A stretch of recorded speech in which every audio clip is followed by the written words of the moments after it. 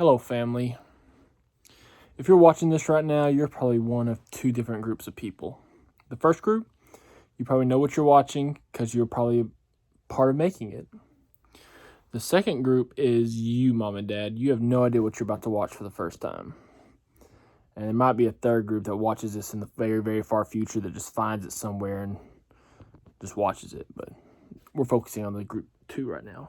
About 2 years ago, I had an idea bringing a few family members and loved ones in to talk about Kim, some memories and impacts on their lives and all that type of stuff, and put it into one small little video. I didn't do it in year 8. I decided to let it get closer to year 10. And in April of 2021, it'll be 10 years, which is crazy. It's already been 10 years. So I'm putting this video together, and I'm not putting it together to depress you or make you sad in any type of way. You'll probably tear up. I'm not gonna lie. You probably if you're not crying right now, you'll probably cry soon. But it's not the reason I'm making it to encourage you and show you that even 10 years later, that Kim is still making an impact on people's lives. When I started making this video, I had no idea that over 20 people would want to say something. I knew Kim impacted a lot of people, but I didn't know 20 people would want to send in a video and that this video would be this long. So it's a long video. It turned into pretty much a full-fledged film. So make sure you grab your popcorn, grab your tissues, and enjoy the film titled Kim. All right, Adam wanted us to make this video, answer a few of these questions, and kind of talk about Kim's memory. Well, first off, let me say, I honestly, I don't think I've talked about. I don't know if I've ever even talked about it publicly. I mean, hardly at all. The accident, and other than with Amy, inside, I don't think I've talked about it on Facebook. I mean, really anybody other than just some memories. Like what I realized not long after the accident and still believe to this day is I do not feel sorry for Kim. I mean, Kim is as happy, as you can be. Kim's in heaven. So it's not that I miss Kim, but I don't feel sorry or bad for her. I mean, it's more us mourning just her the last 10 years. It's not that, I'm sad. So she's in heaven. She's better off. We're the ones, that had to learn to cope and deal, but it does get easier over time. So weirdest day ever. Going from, Tate was born to my best friend died. How do you comprehend that? I still haven't figured out. I don't know that I ever will, to be honest. Of the worst memory that I have, and that's the day that I found out that Kimberly was killed in a car wreck. I hope I never get another call like that from anybody. But God had a plan. I'm really proud that that Adam's putting together this video for you guys so you can see how much she meant to everyone and how she'll never be forgotten. Share a few things, and so I'm going to try to do it without crying. We'll see how that works. But this is video, I believe, is to pay tribute to your beautiful daughter, Kimmy. I called her Kimmy, but she was such a light to this world. I just want to say thanks to Adam for including me in this. It's really special to be included in talking about Kim and memories with her. I hope to never have to relive or go through something similar again.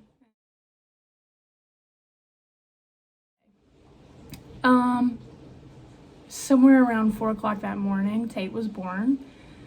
And I remember texting with Kim and just bragging about Brody and bragging about Tate and how they were gonna be best friends, which is so crazy, they kind of are.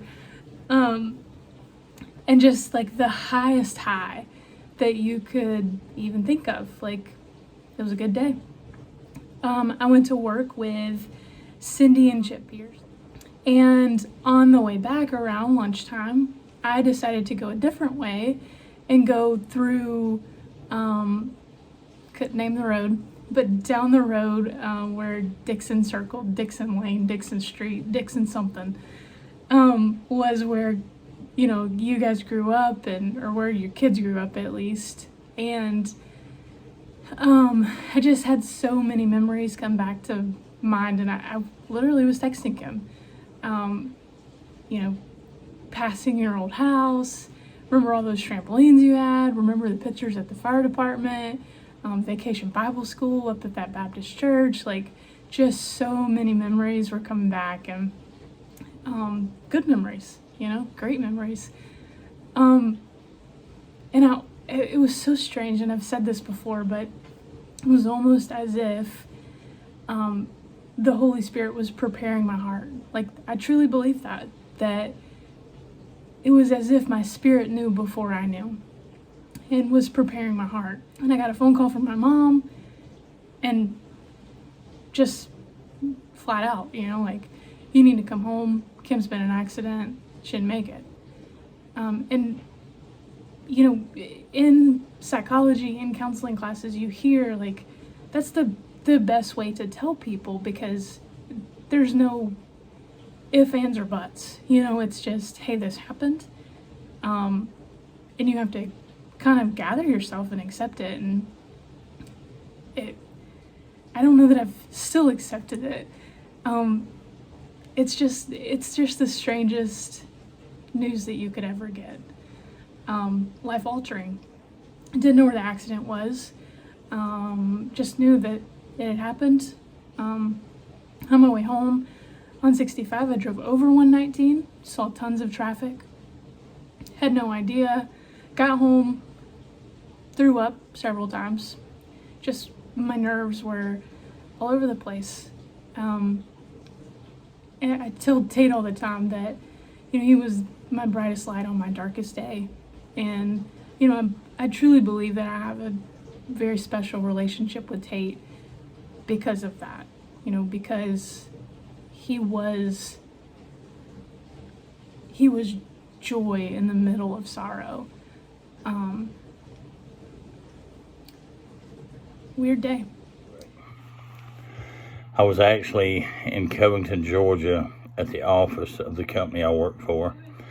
And when I'm in the office, I cut my cell phone off because it's a distraction.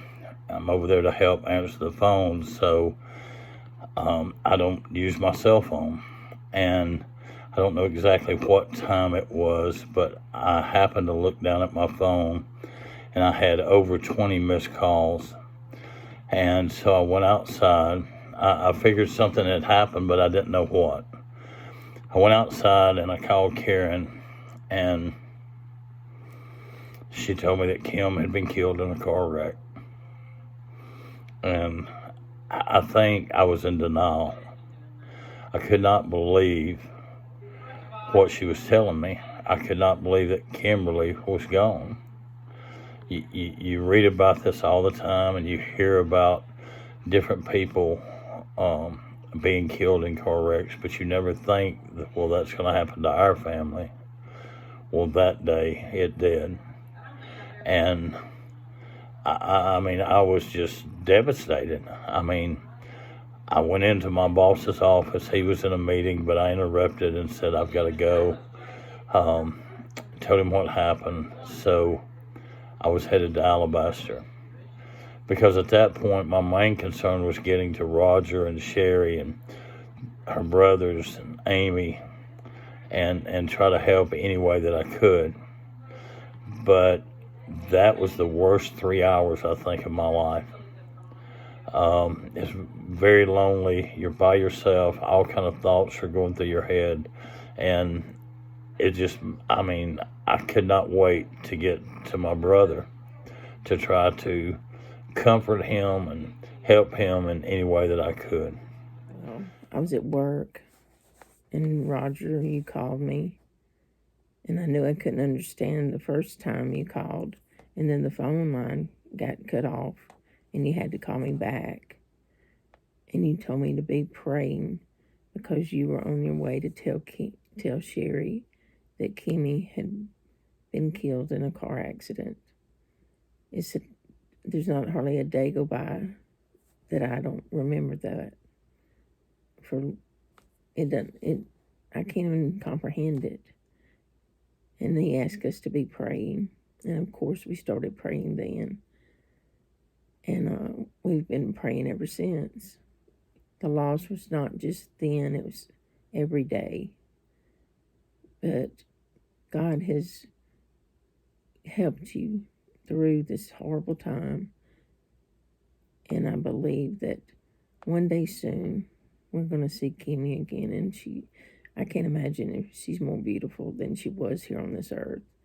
She was such a gorgeous, beautiful young lady, full of life, full of mischief, and just enjoyed life. I will never forget every single step of that day. I was in Harpersville, headed to a call. Dad calls me, says, "Hey, have you heard from your sister?" I said, I had not heard from her. He said she had left for lunch, and nobody contacted her. I knew then something was up. I did not think what eventually happened, so I started calling Kim. I leave the call early and start heading back from Harpersville. So I ended up meeting Dad because she went and ate lunch at 2 Pesos on Cabo Valley and Pelham. So I met him there. The waiter remembered her, had a receipt. So I jump in Dad's vehicle. Tried to call Kim 100 times. By then, of course, you're panicking. So 2 Pesos, Cabo Valley Road. I jump in Dad's vehicle. We start heading north on Cabo Valley Road. We're talking, and then all of a sudden, I see maybe a half a mile through. I say, "Hey, there's police lights." And I look at Dad, and your heart starts racing. And as we're getting closer, and I say, "Is that Kim's car?" And he said, "No." He's like, "No, that's not it." And we get closer, and we can't tell 100%. So we pull over, and there's a policeman directing traffic. And Dad rolls down his window and asks the cop, "Was this a car wreck?" And he said yes. And he said, "Was there any fatalities?" And the policeman said yes. And he said, "Well, I'm trying to locate my daughter, Kimberly Gilham." And the guy gets on the speaker and then drives. He says, "Y'all go up here and pull over." And then me and Dad just look at each other. And then we get out and we're walking towards the wreck. We get about halfway there, and a man he's a policeman, but it has chaplain on his jacket. And then, it just went from there. And then, of course, the first call I made was with Amy, and that's how I found out. I was I'm gonna start crying before I ever get started.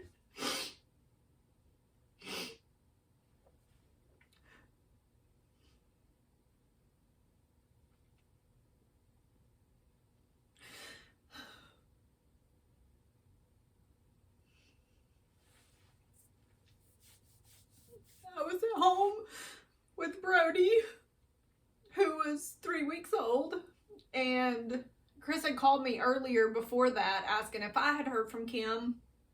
And I told him no, but I had my laptop right next to me, so I had pulled up her Facebook, and I said the last thing she posted on Facebook was that she was thinking Mexican for lunch. And I said, so I'm assuming she's had it for lunch, but I haven't seen any posts from her since then.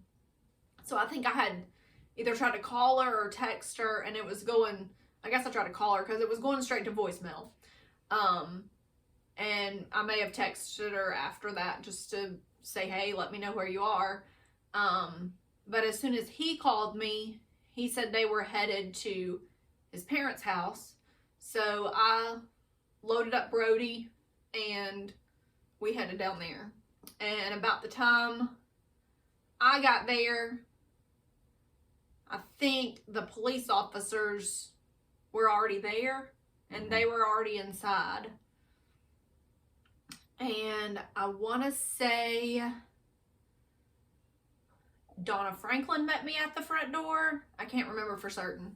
But right after, I walk in and the police officers were still there. And then not long after that, Pastor Jay and Pastor Mark, and I think that was both of the pastors, came to the house not long after that. But that was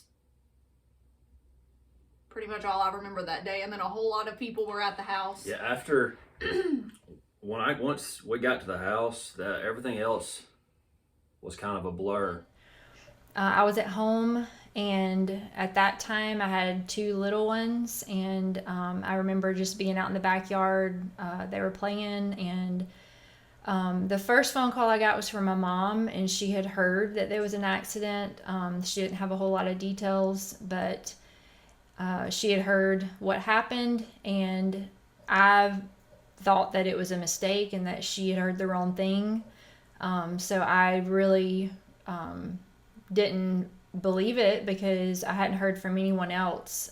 So I was trying to figure out how she heard all the way in Selma, and how, I hadn't heard here. So the second call that I got was from Chris, and so when he called, when I saw his number pop up, I knew that something had happened, and he told me, and of course, was in a state of shock, and I could tell in his voice that he was too. I could tell that he was just relaying the information, and that, it was just kind of like this feeling of, this isn't true, but this is the news that I have to tell you. So I told him really quick on the phone that I'm so sorry and that we would be right over, and asked him what I could do. At that time, he didn't know. So I remember calling my dad after that and letting him know, and he hadn't heard from anyone. So I was the first one that told my dad, and then he said that he would come pick me up because at that point I was really upset, and he didn't want me to drive by myself. So he came to pick me up, and we went over to Uncle Roger and Aunt Sherry's house, and of course everyone was there for support. And I just remember sitting beside Amy and Brody. She was sitting in the chair in the living room, and I just remember sitting on the floor beside her and just watching her hold Brody. And it was just a feeling that no one ever wants to feel and no one ever wants to go through in their family. But I really felt like we came together as a family, and we were all there together to support each other. And I love that about our family, and I know that that's something that will always be there. So I know that meant a lot to Uncle Roger and Aunt Sherry at that time. I remember finding out what happened to Kim because Pastor Mark and some of the alumni from my class called me and told me. I was actually at work, and April called me and told me that Kim's gone. And I was confused and immediately heartbroken. I just instantly broke down, and I left work that day. I had previously been working at the bank Kim was at and had left and was at a different bank, and I got in my car leaving my job, and I didn't know where to go or what to do. I'd never experienced tragedy like that, and I ended up at Compass. I ended up at where Kim was supposed to be. I pulled in hoping this can't be, this isn't happening. She's supposed to be here. And I walk in, and everybody just hugged me, and we all cried, and Tammy had already left.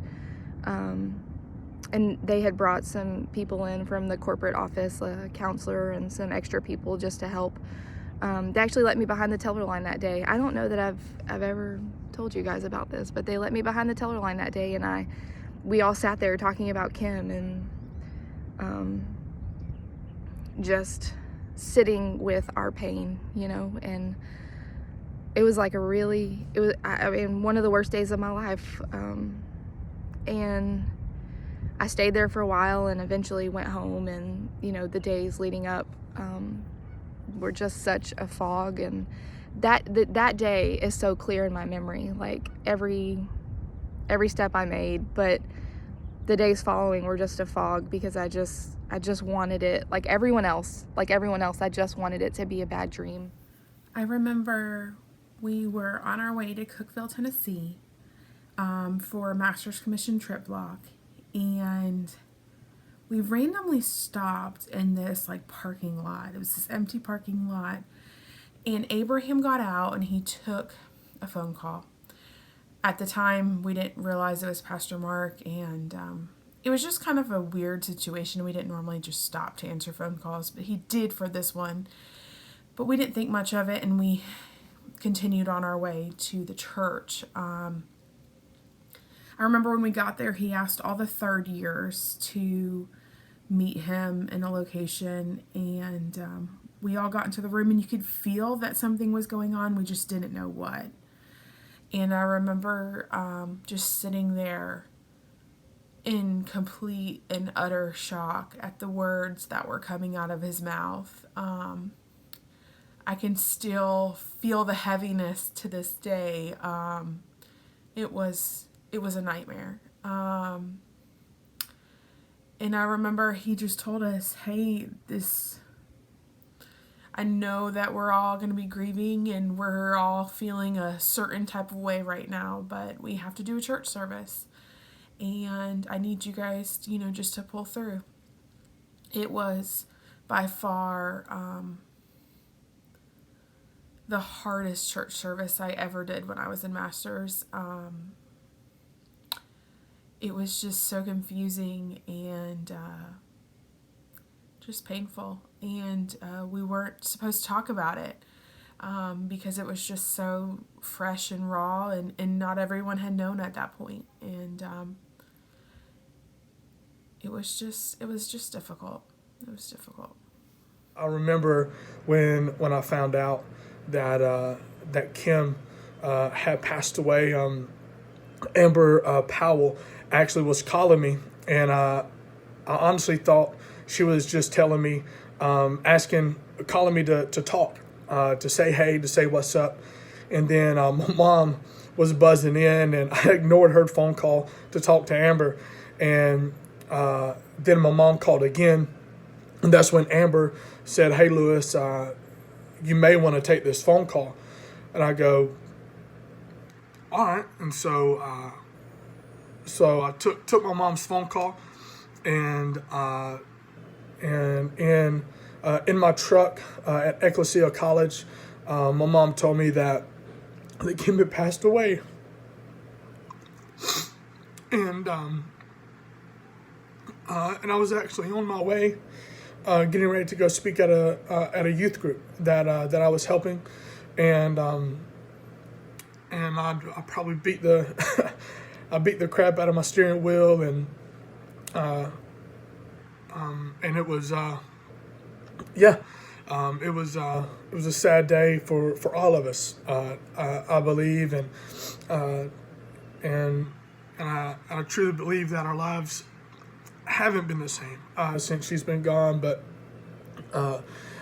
God's faithful, and He's came through in so many ways, and has used her death to minister to so many other people. I'll never forget the phone call from Sandy the day Kimberly died.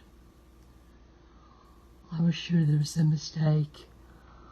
I kept asking her, are you sure? Are you sure? Are you sure it's Kim? But it was true. And Roger and Sherry's life was forever changed, as well as their children's and our families.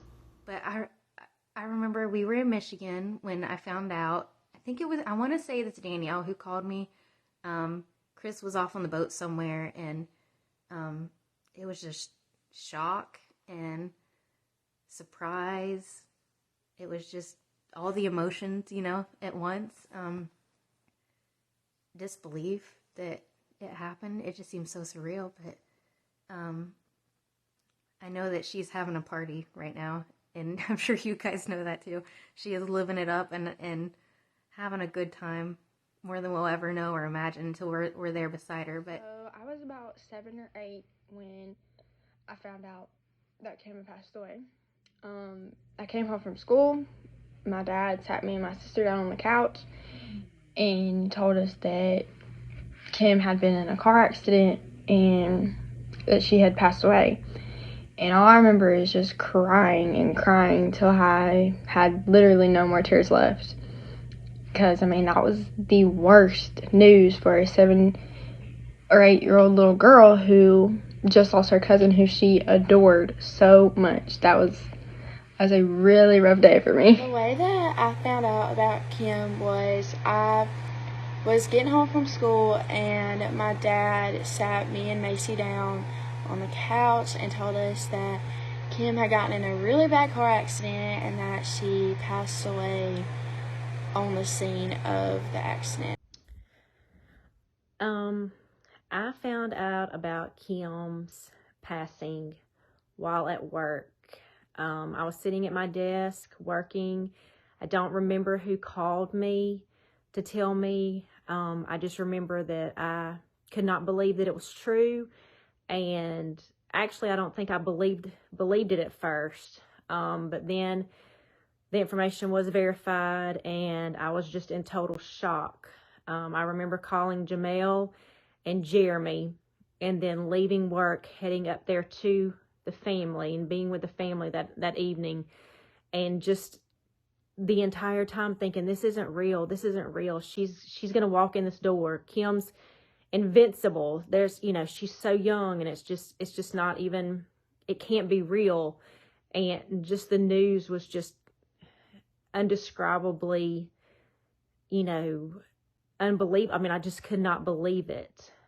And to this day, still wish that it was a dream and that I would wake up.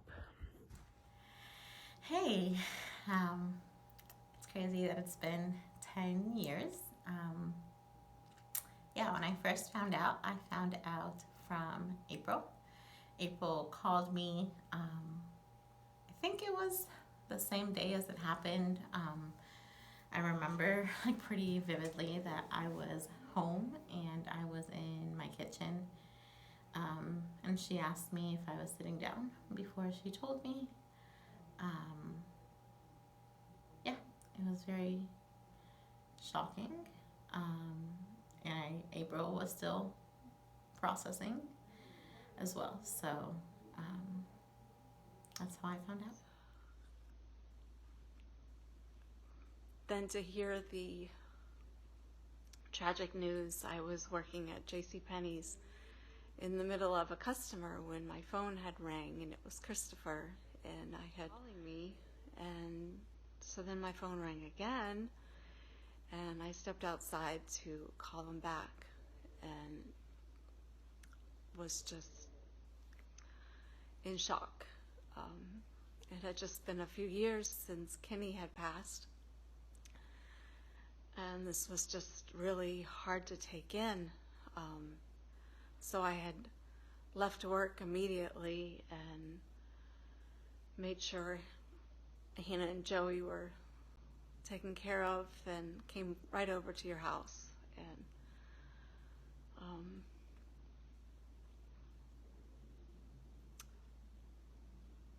I don't know. I was just in shock, and in a way it was, I had been recovering for a few years from losing Kenny, so I was able to help you through that somewhat. So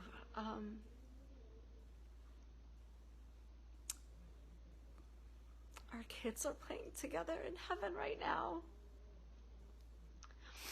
And here it is Christmas time, and I know that was Kimberly's favorite time of the year, and Kenny too. And so I just wanted to let you guys know I still think very much about you and our kids playing together. And pretty much everyone knows the story of how I found out. Kim was missing, couldn't find her. We called and called and called. So fast forward to, we hear footsteps. I'm sitting in my spot that I like to sit in, that Chris now takes from me all the time. I'm sitting there eating chicken and rice soup, watching a wrestling documentary on Netflix. I can still, it's like I'm there still. And we hear footsteps, and we're like, okay, we haven't heard from Dad or Chris, so that's probably Kim. So Dad walks in, and he just says, she's gone. And I'm just sitting there. And Mom said, in a loud voice, huh? And he repeats himself just in a different version maybe. And Mom lets out the loudest wail, scream I've ever heard in my entire life, rightfully so. And I can still hear that noise in my ear today. And I'm just sitting there like, this is the worst joke I've ever heard. This is not true. There is no way this is happening right now. And I hear more footsteps on the front porch. And I'm like, okay, that's definitely Kim. Terrible joke, Dad. That's a Gilham joke. That's gone way too far, like they have before. And then Chris walks in, and his eyes are real swollen and bloodshot. And I'm like, oh, Lord, Chris never cries. This is real. And I'm just sitting there. Mom and Dad, y'all are embracing, and I have no idea what to do. I'm just sitting there like, how do you act when you have to bury your sister at the age of 19 years old? Which, I mean, I'm an adult, but that's not something you do at the age of 19. You should never have to do that. You should never have to bury your daughter. But I walk over to y'all, we all embrace, and we hug, and we're all crying. And we have no idea what to do. I believe the police officers come, Pastor Mark and Pastor Jay come.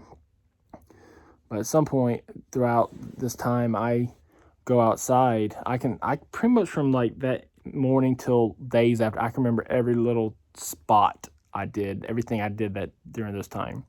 But I walked outside, and those columns driving off the front porch, I just gave them some business. I punched them so many times because I was just so mad that it was actually happening. And Blake Rothenstein from across the street, so I don't know if he saw me, he saw the cars, what. But he texted me and asked me if everything was okay, and I told him what happened. He sent his condolences. And Lara Watts was outside at some point, and I told her, and she did the same thing. I think they eventually brought us some groceries and stuff that night, like a lot of other people did. And then I had to call the Florida girls and let them know, who had just been here 3 weeks prior hanging out, so that was good that they had that last memory. So I had to tell them. So during that whole time, which I'm never one, don't remember ever being one to be emotional and show my emotions. So I was just pretty much, I felt like I needed to be the rock, since I'm not the one to be emotional anyways. I was sad 100% and would cry, but I felt like I needed to be the rock during everything because somebody needed to be it.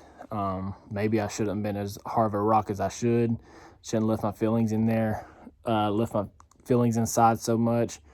What can you do now? I am what I am. But I've been rambling for 3 minutes and 32 seconds, but that's the day and how I found out. Hi, Sherry. Hi, Roger. Hi. There's so many memories of Kimmy that we have that it's hard to pick just a few. But we're always thinking of her, and there's things that always come up that remind us of her. One that we were just talking about was, I remember we went out with a group of friends, and we were at this really nice place, and there were a ton of restaurants, and everyone was saying, oh, why don't we try, Greek food, or why don't we try this other restaurant? Mm-hmm. And me and Vicky are like, yeah, we're up for it. Like, we'll try something different. And Kimmy was like, she's like, do you think that they'll have grilled cheese? And so the Greek restaurant did not have grilled cheese. So we ended up eating at the Cheesecake Factory so that Kimmy could get her grilled cheese. We never forget her love of grilled cheese. It was so funny. another memory we thought of was her cute little dog, Sadie. She would like try to teach her dog Spanish. And so it was so funny to see her like talking to the dog, and it was just the funniest thing. And then a different time, I think it was her birthday actually. Yeah, it was. So me, Paola, and some other of our friends, we went in the night. We snuck over when she lived here in Florida, close by. And then we decorated her door. So we put like, we tried to make it birthday theme, but when we were done, well, in our defense, it was very windy. It looked terrible. But it did look like a kindergartner had kind of like put a bunch of banners and like streamers and things, and it looked really messy. And she was, when she found it, when she saw it, she was so happy. And like, it was so cute because it looked, we did a terrible job, but we tried and we put like all our love into it, and she was so happy. She was so touched. And that's just the person she was, you know. She was so sweet and always so loving, and that was like, you know, the best thing, just to have that friendship with her that we had. Yeah, she was a very good friend, very loyal. I remember I'm not that good on the phone, so it's hard for me to like call someone back or call someone, but she would persist and leave me voice messages or text me, and she would say, I don't know if you remember me, my name's Kim, I'm this height, I have brown hair. And it would always crack me up, and it was like through her like persistence and just loyalty, like kept up our friendship together. And we also, I don't even know how this nickname got created, but we would call her Nina. And she liked that too, so then she would like sign even her birthday cards or any card, she would sign it like "Love Nina." But it was cute how it became her name. Yeah, we always think of her and always have such fond memories of her, and really just loved her so much. So we're sending you all our love and just a big hug. Hope you guys have a great Christmas and a Happy New Year. Yes, we love you so much, and those are just a few memories, because we could literally go on forever and talk about it so much, because there's so many things to share. She was so important to us. Love you guys. Love you. Bye. Bye. Hey, Roger and Sherry and all of the family. I want to take a minute on this anniversary to just tell you how beautiful your daughter is and was. When I first got to Kingwood, she was a junior in high school. I'm almost positive. She was either a junior or a senior, but I think I got 2 years with her. And one of my memories from high school is she was one of the very first preachers that I had that was a female at Fine Arts. As you can probably guess, preaching was and still is, for the most part, predominantly male, and she was a powerhouse preacher. I was, when you grow up in the South, conservatively, you kind of come in with these expectations of who can do what. And Kim honestly was one of those people that helped me to begin to make a big shift in what I thought about females preaching.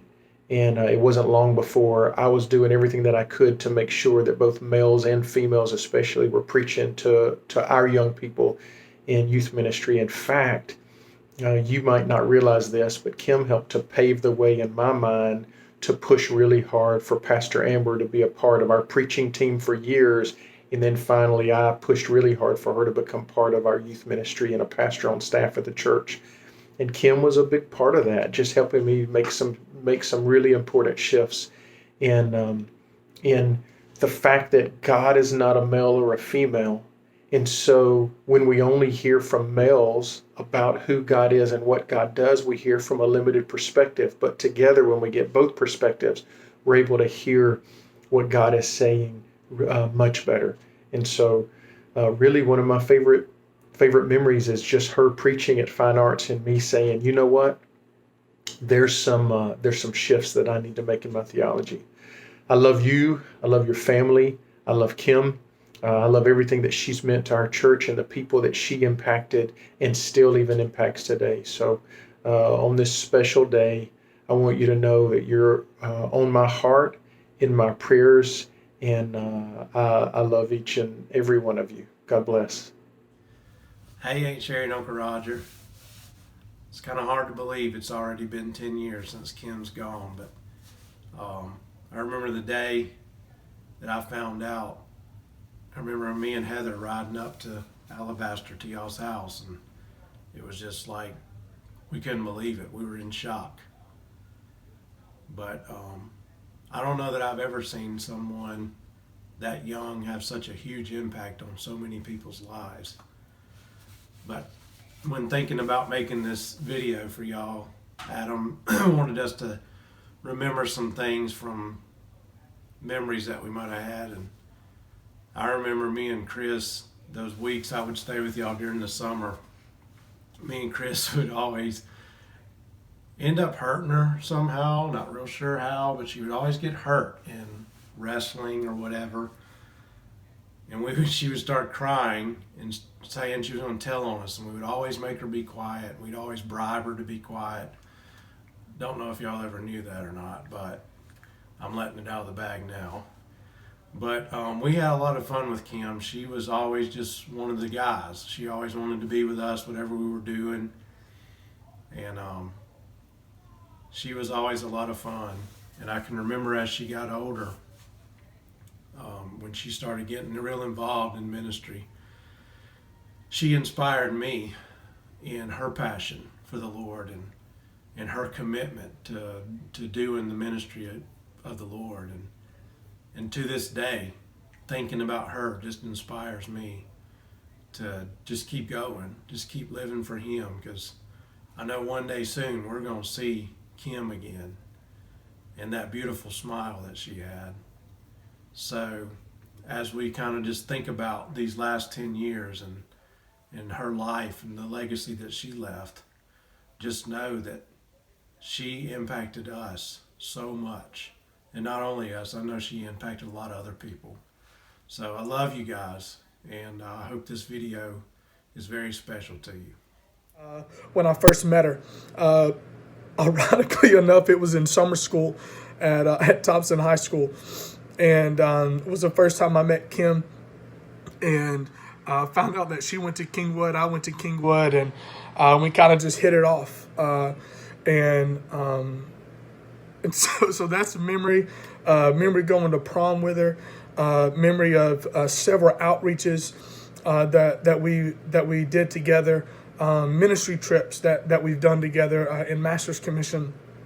And then one specific memory that kind of comes up ever so often is where it was roommate day, and we had to dress up as our roommates. Well, 30 years didn't have a roommate, and me being the only guy in our third year class, I got partnered with Kim. And so I borrowed some of her clothes, she borrowed some of mine, and I dressed up like Kim, Auburn shirt and all. It was a terrible day for me just because I had to wear an Auburn shirt. But I did it for Kim, and it was awesome. And wore a wig. I even wore some of her shoes, some of her jeans, and it was pretty funny. And I actually still have a picture of it.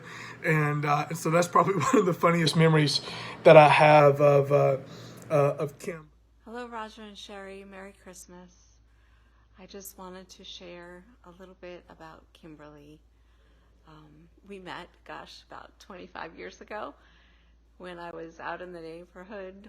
I guess we were maybe riding bikes, and I was out there with Kenny and Steven and a couple other kids that I was keeping at the time, and one of them was little girl, Dreama, and then Kimberly was out there and just sparked up conversation. And I mentioned we were talking about going, ice skating. And she had come back to the house to ask you. And, well, that was the beginning of a long friendship, wonderful friendship. And so I've gotten to know all of you and Kimberly. We spent many family outings together, going to Briarworks at Christmas time, and camping and all your family gatherings that you included me and my 2 boys, and I'm forever thankful. Kimberly was just a bright, cheerful little girl, grown up into a wonderful young woman, and I am blessed to be able to share those times and be part of your lives, and the impact that Kimberly has had on me and my boys. Kenny and Kimberly spent many times playing together, jumping on the trampoline, running back and forth to your house and my house. And I mean, we were so comfortable with each other, she'd just walk in. And then the friendship that Adam and Stephen have had over all these years, it's just been wonderful. And the birth of my daughter Hannah, I remember her just being so excited about Hannah's arrival, and I remember showing up. Hannah, like, maybe we were at the ballpark, and she's like, "Why does my baby have chapped lips?" And to this day, every time I fuss at Hannah about having chapped lips, I think about Kimberly. And the song, When I Die Young, every time I hear it, I think about Kimberly, and I just heard it the other day. Hey, Roger and Sherry. It's an honor to be able to talk about Kim Gilham. She's one of the most impactful persons that I've ever known. My memories of her are so good. She was sort of made for Master's Commission. She really was. She jumped in and was 100% from day one all the way through 3 years. Actually, she was one of the best recruiters we ever had, because everyone she met with her beautiful eyes and wonderful smile, she just won their trust. There are a lot of people that came to Master's Commission because of Kim. Amber Gaddis was one of them. And look at the impact that the people Kim had an impact on have made in the world. She's an incredible girl. She was my Auburn buddy in Master's Commission too. In a sea of red and white, she was an Auburn buddy, and that was always fun. We always shared that together. And another thing I want to say about Kim, Kim was one of those people that, in my opinion, though she lived a short life, she made an impact on so many people that are impacting other people now. I think right now, if Kim were to say something to me, it would be, "Pastor Mark, it's all real, it's all true, and I'm more alive today than I've ever been." We miss her very much and look forward to the day we get to be reunited with her. Love you very much this Christmas. Thank you so much for the opportunity to tell what Kim meant to me. She was so full of Jesus. She never lost her first love, and we could tell that every single day that she was in Masters. And there are a couple of memories that stand out in my mind. I remember the business cards that she made. She was always ready to share the love of Jesus with people, because Jesus was so real to her, and she wanted to be ready. And so she shared Jesus with everyone.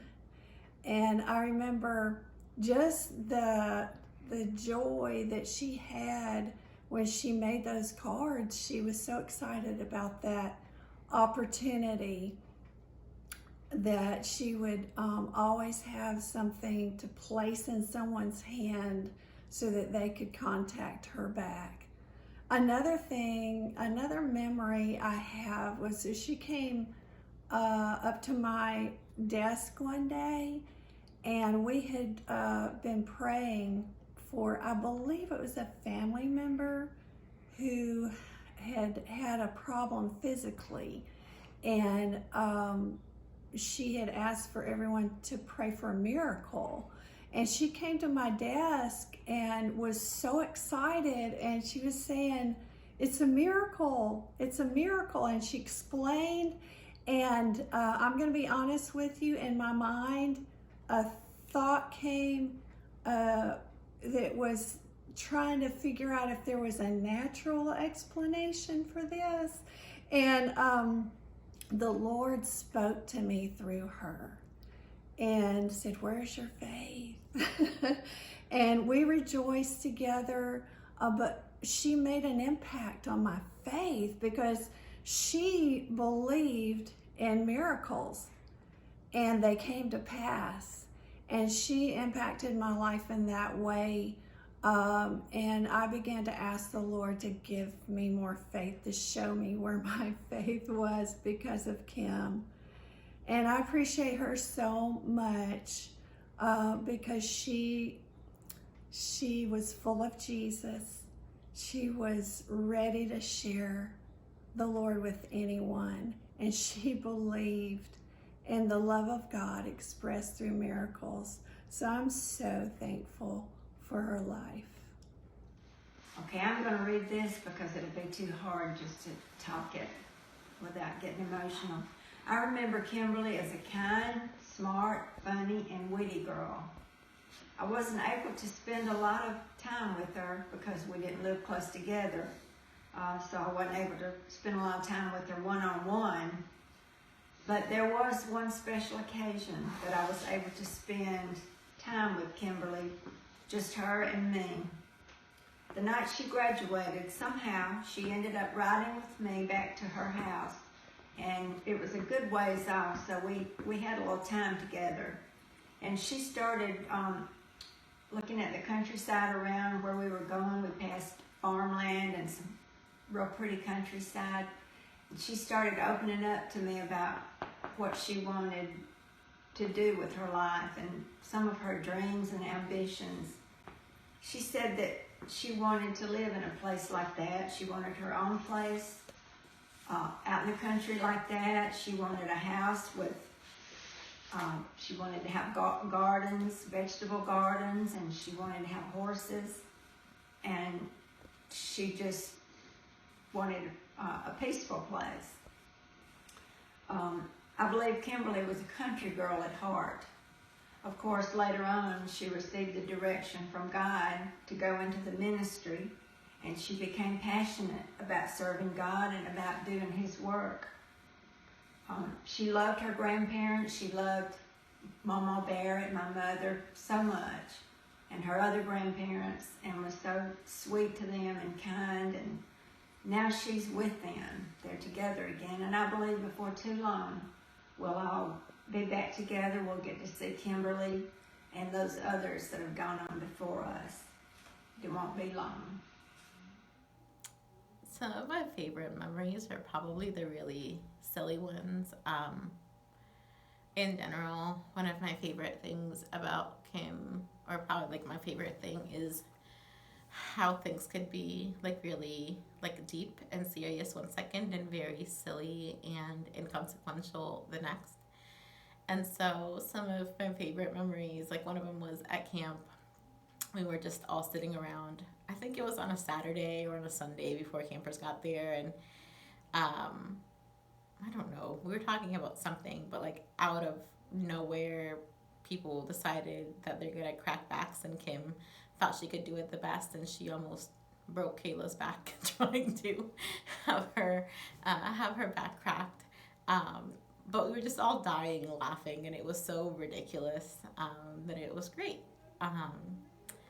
And another one that at the time didn't seem like a very big deal. It was just kind of, a chill thing is, I remember I was just doing errands. It was when I was in Gainesville, and I was just doing errands, and I remember we were on the phone, and we normally texted a lot more than talked on the phone, but we ended up talking on the phone for a really long time.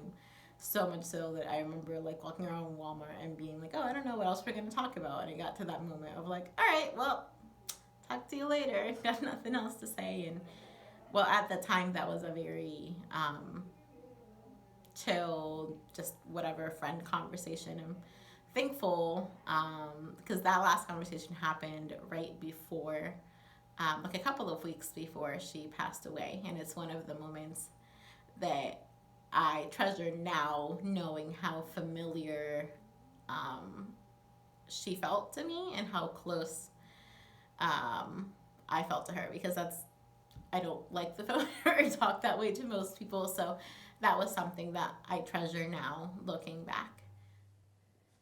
Hey guys, I can't believe it's been 10 years since everything happened with Kim. It's pretty shocking to think that it's been that long, and definitely makes me feel old, but that's okay. I'm glad that Adam's thought to do something like this for you guys. I know it's been hard for me to sit down and just do it, because I knew it was going to be sad and hard, and Kim was special, and you guys know that in every way. Like, she went in a room and it was like the party's there, you know? She brought so much joy. She brought so much laughter. Some of my favorite times definitely were just hanging out with her at the house. My mom's name is Kim, so whenever I would sit down on the couch to call my mom, it was like she just came over and she'd just make herself at home, and her and my mom hit it off like best friends because they bonded over that instant name connection. So every time I was talking to my mom, Kim was out there, and her and my mom would have their own conversation, and it was like they were just old friends. That was just one of the little things that I loved. But man, Kim and I had a ton of fun. I remember one of my favorite things, we broke into another house, not broke in, we snuck into another MC house, and because we thought it was hilarious for some reason, we just flipped everything upside down in the house. Every couch, every picture frame, every cup, plate, I mean, anything that was out in the living area, we just flipped it upside down because we thought it was hilarious. There were times we would be at Palace together and we would just drive each other around in the car, pulling someone with like a string, sitting on a skateboard, and just go around the neighborhood. Or the times we would play ball fall, which I'm sure you guys have seen or heard about, with the big exercise balls, and somebody holds it and then you just run at each other. Just fun stuff. I mean, Kim was the definition of fun to me. She brought so much laughter and so much love. I mean, if you guys, I know you know that she loved you, but I mean, she was just, that was Kim. She was family, you know? She wanted to love family. She wanted to be with you guys. Adam, she adored you, and I think she would be so proud and happy for you, and you know, just the life that you've made for yourself. But yeah, I wish she was here to meet my family, you know, to meet the kids, and to see you guys, and just see how strong you all are, and how, you know, the grandkids you guys have, and just all of it. There's just so much I wish she could see and be a part of, but she's a part of a lot better things up there, even though it's hard to say that. I know it's better up there than it is down here. I miss you guys. I miss her a lot. She was just a good friend. She taught me how to make a grilled cheese without burning it, because she had the patience to wait, because she liked the grilled cheese. She's just one of a kind. I think about her a lot, and yeah, we definitely lost a gem, and I mean, our loss is definitely God's gain, because, you know, he has her up there right beside her. There's no doubt there. She's special, and I do look forward to seeing her again. I know you guys do too, but I love you guys. Sending hugs, even though I am somewhat nearby, but yeah, you guys are loved, and you guys are prayed for, and I know Kim is looking down on you guys, and she's full of joy. I love you guys, and all. Okay, some of my favorite memories with Kim. Kim was the best. I always looked forward to going to see Kim. I would get up and get ready and keep asking when I get to go see her. She was like my big sister, and like, she was the big sister that I never had. She would always just take up time with me and be so excited to see me when we saw each other. She would always sit down and play with me, or she'd let me sit by her when we ate, or she just made me feel like I was her age when I was so much younger than her.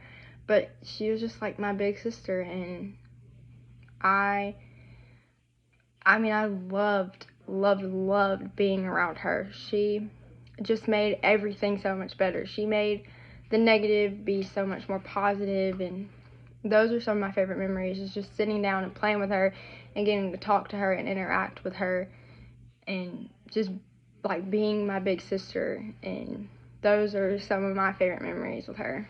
Some of my favorite memories with Kim would have to be Thanksgiving, when she would always just pay me attention and play with me. Like, everybody would be in the living room and she'd just be off in the corner, like, playing with me and spending time with me.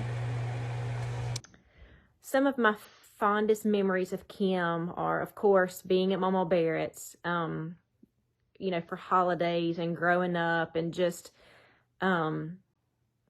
everyone being together. And then when she became older and joined Master's Commission and was about the Father's business, I remember missing her on the times that she could not be there, knowing that what she was doing was for the good, for the kingdom of God, but also missing her smile and her laugh and her joy. Just when she would walk in, her smile and her presence would just light up a room.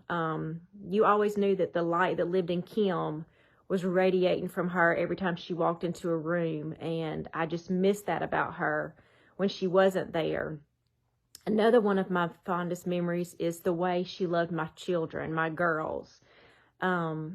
She would, no matter what she was doing, she would always take up time with them. And in their videos, you may have already heard from them, but they would talk about how that meant a lot to them. And as a mother, as their mother, that meant a lot to me. I know that my kids were loved by Kim every day, every time she saw them, and I know that she prayed for them, and that meant a lot to me. Memories. I have tons. I have 25 years worth.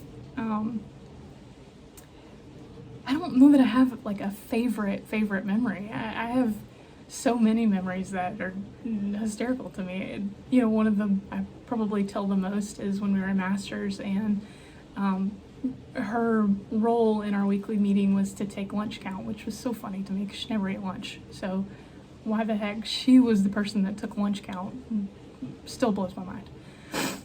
Anyways, so we're in this meeting, and she asked me for some chapstick.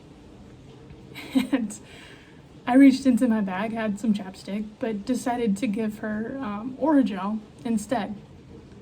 Still was a tube, looked just like chapstick, you know. You squeeze it out on your finger, rub it on your lips. So she did. About 3 minutes later, when she had to take lunch count, she was drooling all over herself because her lips were numb. I don't know what happened. Too funny. But I still just crack up at her face, like she thought that something was wrong with her. But then, like, the next day she asked me to do it again on purpose because everybody laughed and she thought it was so funny. So many times at summer camp, both Camp Utopia and Vero Beach at Life for Youth Camp, you know, just great memories. At Life for Youth Camp, we were in one of they called it a motel. It was just a cabin with 4 bunk beds instead of like 16. Thank God we only had 4. Well, I guess 2, but 4 beds. So we get there. It was one Saturday. We were bored, didn't have anything to do. So Kim decided that she was going to test the fire detector, the smoke detector. So she did. And it beeped and beeped and beeped and beeped. And we left to go to the beach thinking, you know, we'll unplug it, you know, whatever. Took the battery out even. Came back from the beach hours later. It's still beeping. So she takes it and throws it out the door. Like, so funny. Like, just throws it out the door, shuts the door, like, okay, what's next? Like, cracks me up still. When we were kids, we fought all the time because we wanted to be like our older brothers, and they were, you know, WWE wrestlers, so were we. But I think we probably took it to like more of a boxing level. We fist fought a few times. I don't know who won. I'm not gonna admit defeat. I'm not conceding by any means. Maybe she was a little stronger than me, but whatever.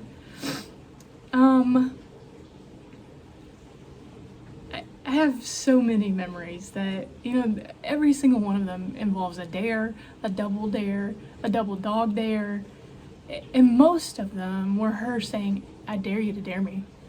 Like, she wanted me to dare her. She wanted to be just the center of attention. She wanted to make everybody laugh, and for it to look like,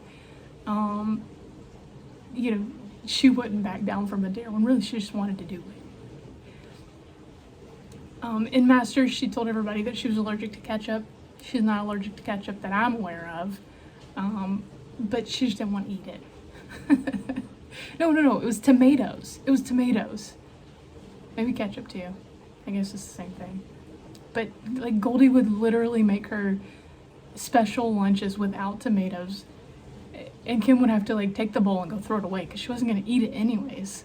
She just didn't want to have to eat it and didn't want people to say, no, you have to eat that.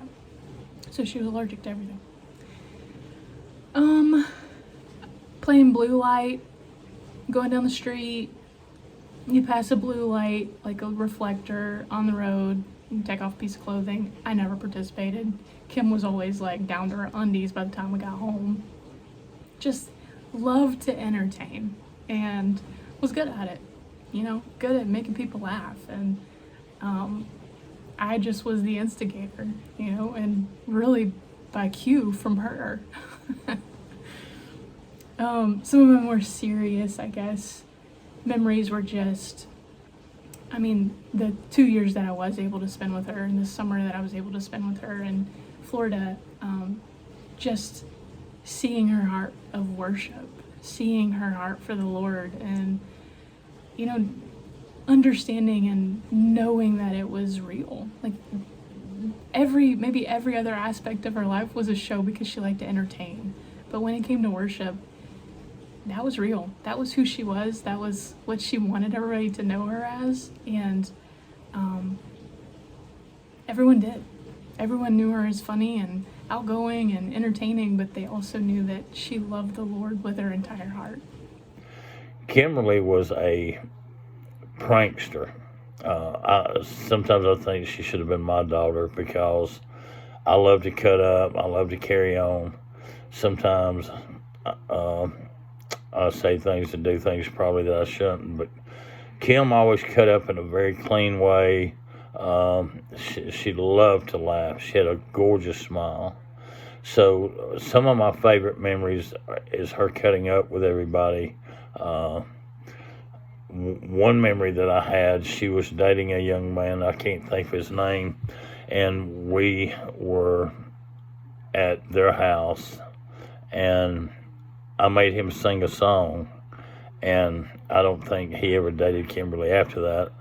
I'm sorry for that, but he did sing the song, but just the heart that she had for family. She did love family. She loved her family, but the greatest memory I have is the love that she had for God.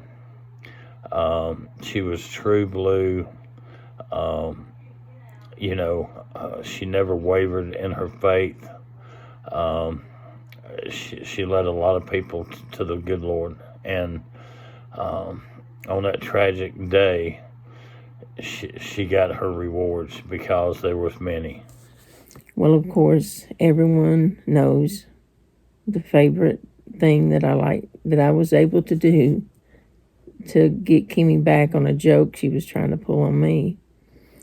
She came up to me. We were camping out at Briarfield that weekend, and she came up to me and she said, "Aunt Sandy," she said, what would you think if a person didn't have any feet?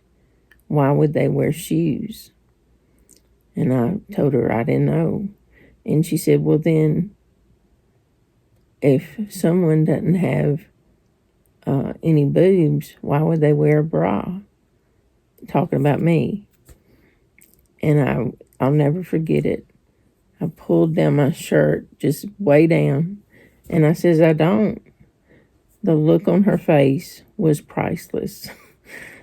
She never thought that I was going to flash her.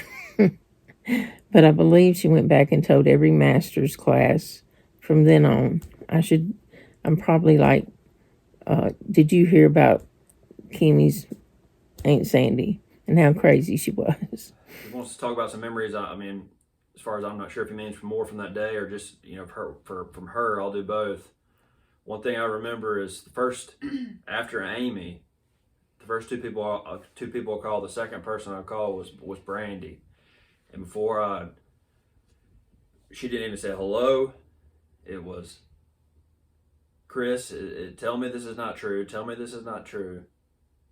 And of course it was true. And then I called Uncle Dale, and I told him, and of course he was just in shock.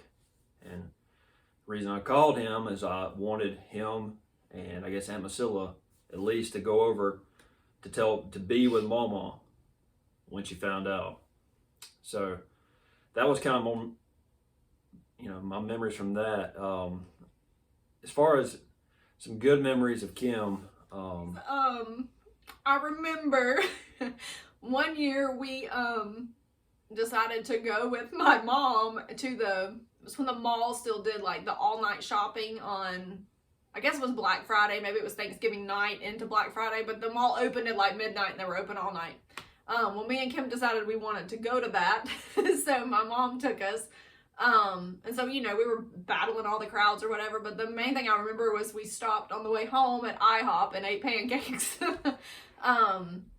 Anyway, Kim was just always up for fun. Anything, a good time, she wanted to be there. She didn't want to miss much.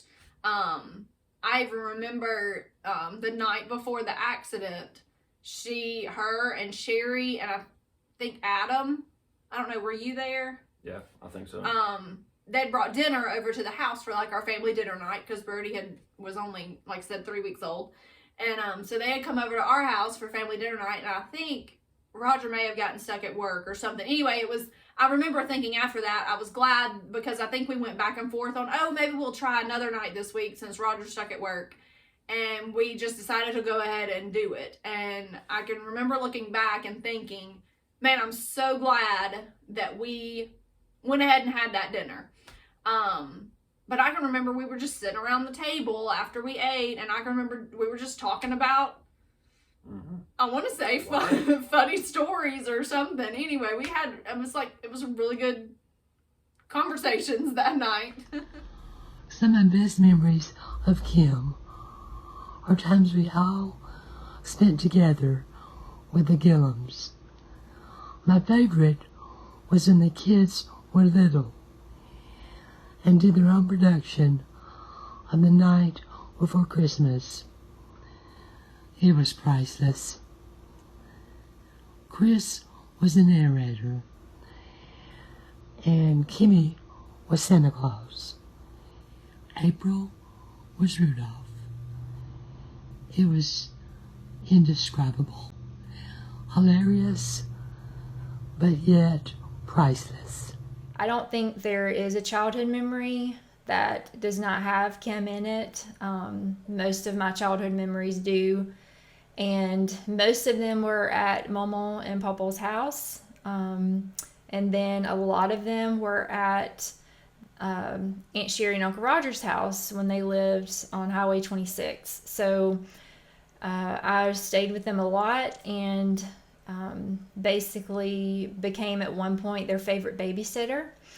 And so I would take care of Kim a lot, and she was just, I don't know, she was always on my hip. She was always holding my hand. She was always right behind me.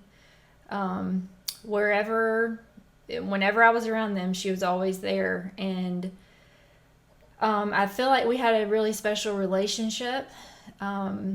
Even though there was so much age between us, there was just a special bond that I felt with her, and I pray she felt that with me too. And it was just so fun growing up with her, and going through the whole thing of she's such the most pickiest eater I ever saw. And when I would go to fix her food, it was always grilled cheese, macaroni and cheese. I always tried to get her to try something new, and that was it. So but it was just funny to know all those little quirks about her. And I feel like when she was little, she had such a quiet spirit, and she was not really one to be center of attention or anything like that. But as she got older and as her relationship with the Lord grew, there just came up this boldness inside of her that caused her to want to tell everyone about Jesus. And it made her more bold, and it made her fearless. And she would talk to anyone she knew about Jesus. And when she was in Master's Commission, I remember just watching her do the human videos, and it was like her whole body and soul and spirit and everything was in that moment, and she felt every minute of it. And I know that was just a huge part of what she wanted to do with her life, is just minister to other people and be that preacher that she knew she was called to be. And it was just amazing for me to watch her from when she was little to when she grew up, and she was at that age where God just really did a work in her, and he totally transformed her in every way. And the way that she transformed other people's lives through the way she lived her life, and through the preaching, and just through her daily walk with the Lord, was just something special to see. And I don't think she knew how much I watched her, but I did. And I was so very proud of her, so very proud of the lady she became and the lives that she changed and continue to change to this day. And she was just something very special, and she'll always hold a special place in my heart. She will never be forgotten, and she just was just one of those people that could just come into a room and light the place up. And she had a sense of humor. She was so funny and loved to play practical jokes on people, and just that personality that I saw grow as she got older was so fun. It was so fun to watch. And I was just so proud of her. And one of the last memories that I have of her, and the last time that I actually saw Kim, was at Kingwood. And I remember it was in the foyer of the church, and it was after service. I believe it was a Sunday night. And I was walking out of church, and she was standing in the foyer with her friends and just talking. And I went up to her, and Brody had just been born. And I remember just talking to her about Brody and asking her how it felt to be an aunt. And her eyes filled with tears, and she was glowing. And she talked about she never felt anything like it before, and it was the best feeling ever to be an aunt.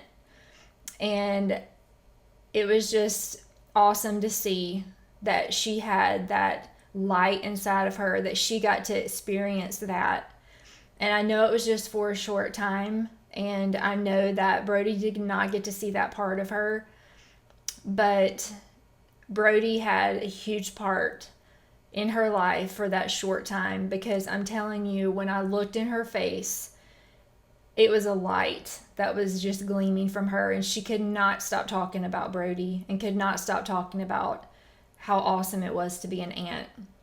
So I pray that God will put that in his heart, and know that she loved him so much, and she wanted to be his aunt, and she got to be his aunt. And I know that one day when we're all reunited, she will be so excited just to see him again, and to see Ellie and Anna, and they will get to experience the kind of aunt that she was placed on this earth to be.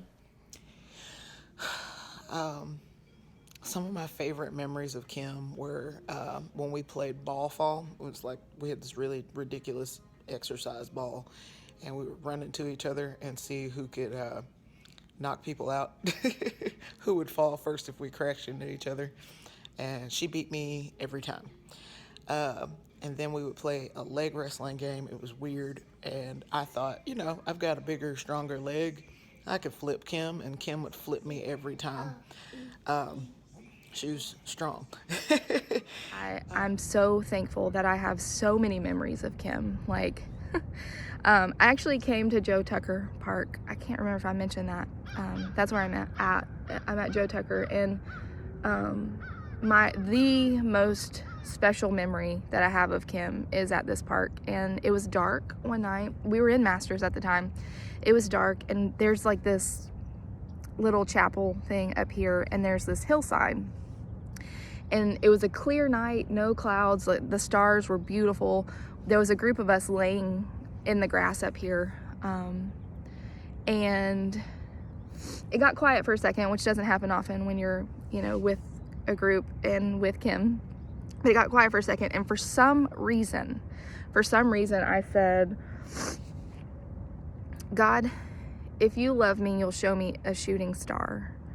I have no idea why I said this. Like, God has proven his love to me in enough ways. Like, but instantly there was a shooting star that night.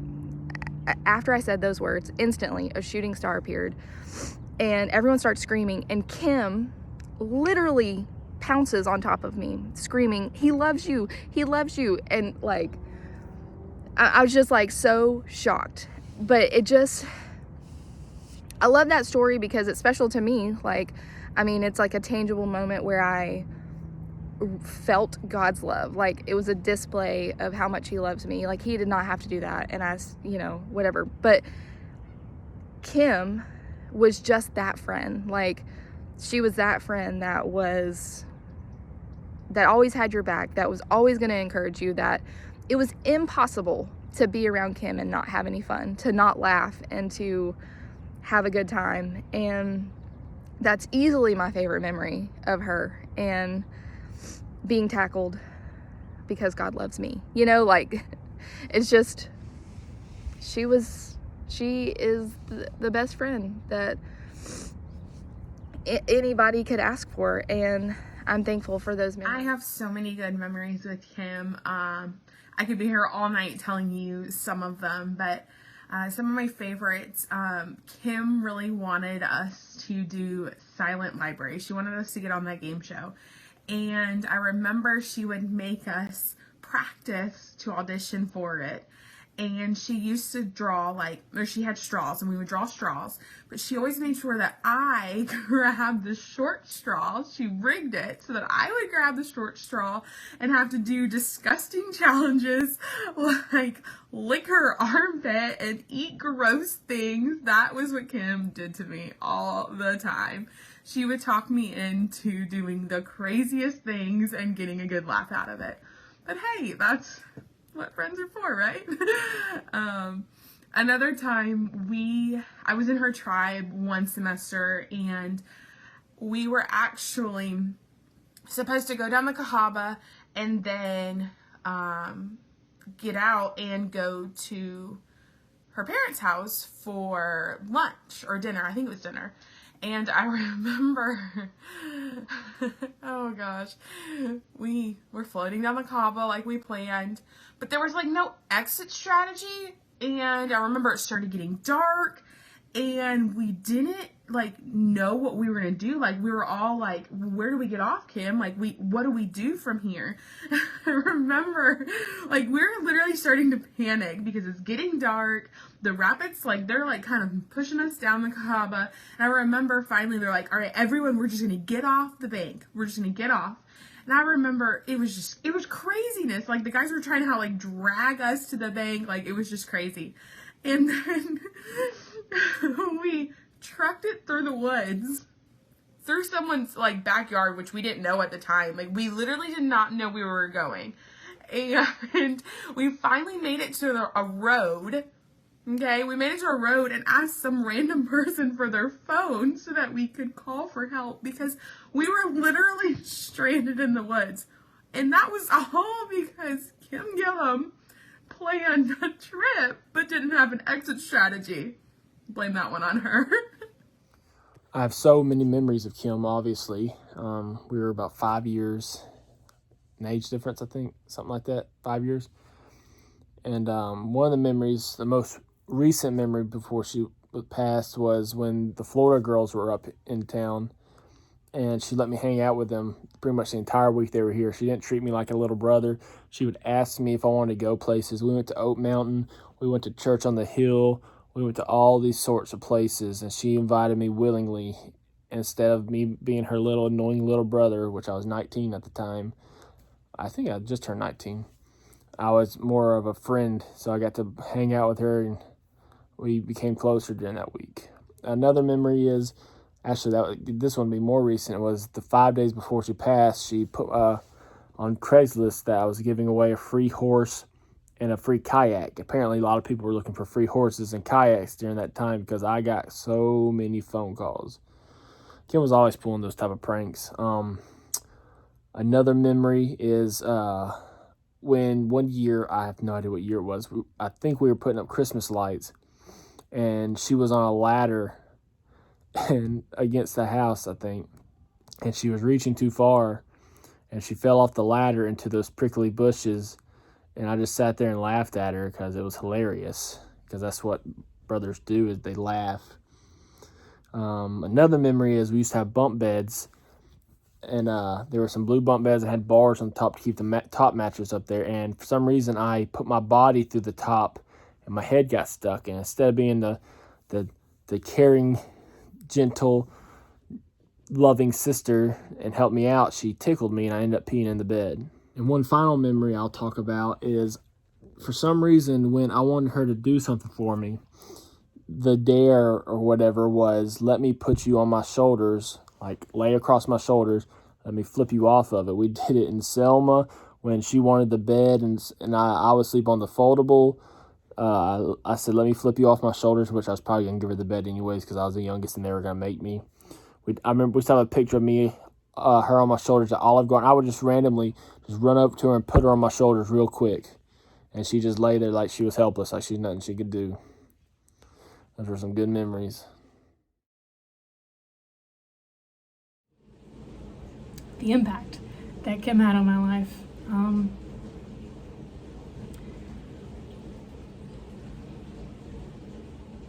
You know, I think that I went to Masters. I know that I went to Masters because of Kim.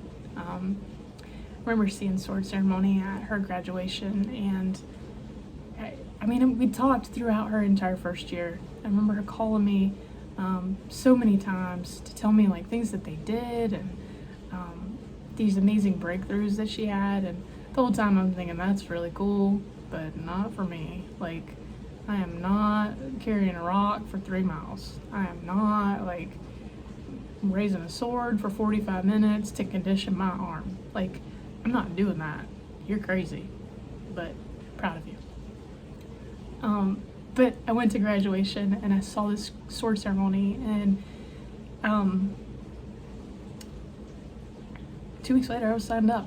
I didn't know I was going to pay for it. I didn't know I was going to pay for 3 years. The whole time I was there, I didn't know how I was going to pay for it, but every single time it worked out, it was just amazing. And understanding that you're literally right where God wants you, it's truly incredible. But Kim brought me into that environment, and that changed my life. And had she not been who she was, and had she not been, you know, willing to share with me and willing to introduce me to that, I think my life would be much different. I learned lots of life lessons there. I learned lessons from her, you know. I'm older than her, I'm so much wiser. Got like a year and 11 days on her, so wiser. But I'm thankful that she brought me there. I'm thankful that that she introduced me to that. You know, even today, you know, just her courageous personality, how silly she was all the time, and still her heart for worship. Like, those are things that still impact me today. Just who she was. That was the impact that she had on me. And then I guess in addition to that, you know, she was one of my closest friends. She was always there when I called. She was the person that I told my secrets to. She told me hers, you know. There's still days today, and I remember my mom saying this when my Uncle Rick died. Well, you guys know Uncle Rick, right? I remember my mom saying this when Uncle Rick died, that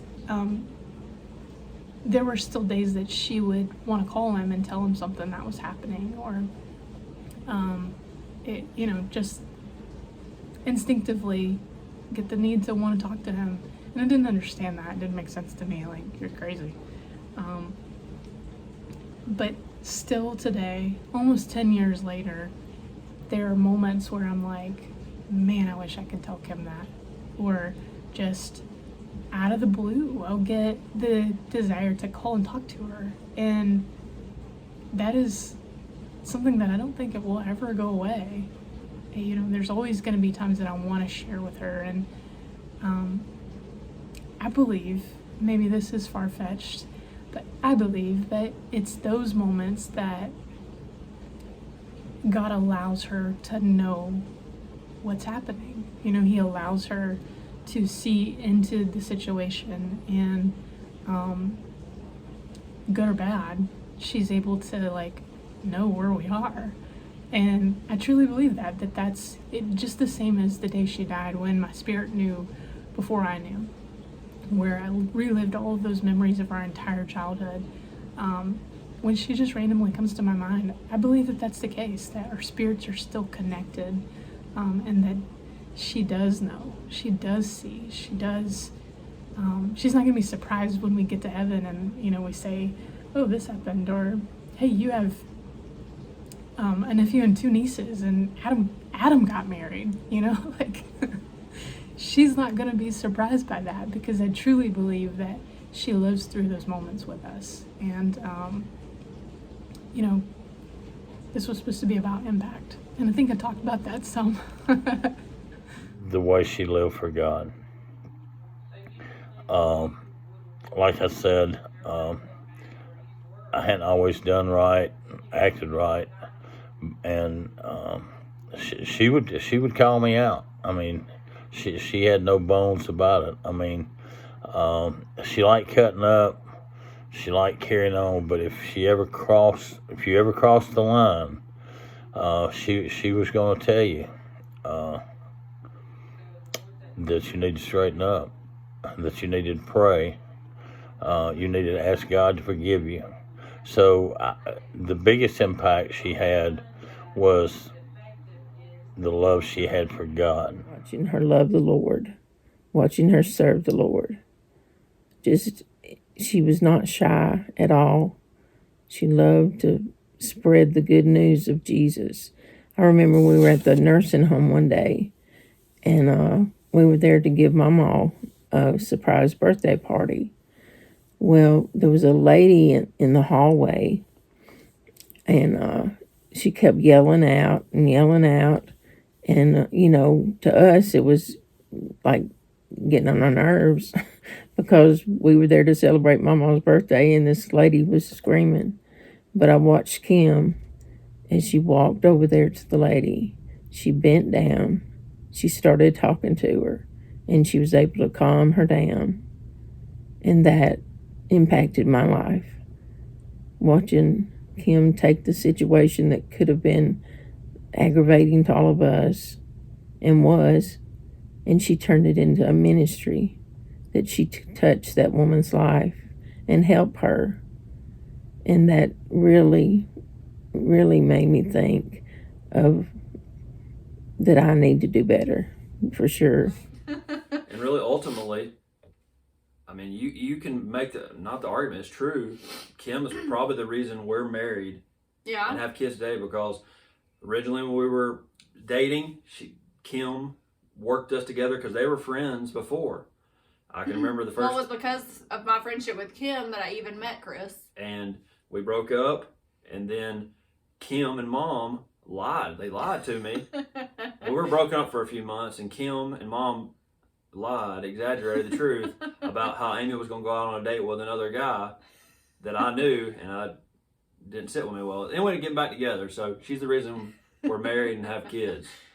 So that's another impact that we have. As far as her legacy, I mean, as people still talk about her legacy, I've heard people just recently talk about Genesis 50:20, her favorite scripture. I still have her business card from going in there. If I'm not mistaken, this may be, a little exaggerated, but I was thinking one of our pastors at our church became a Christian maybe, or started coming to our church because of Kim, because she met her at a camp. So that's one memory. So if that is true, the pastor impacting other kids, that legacy.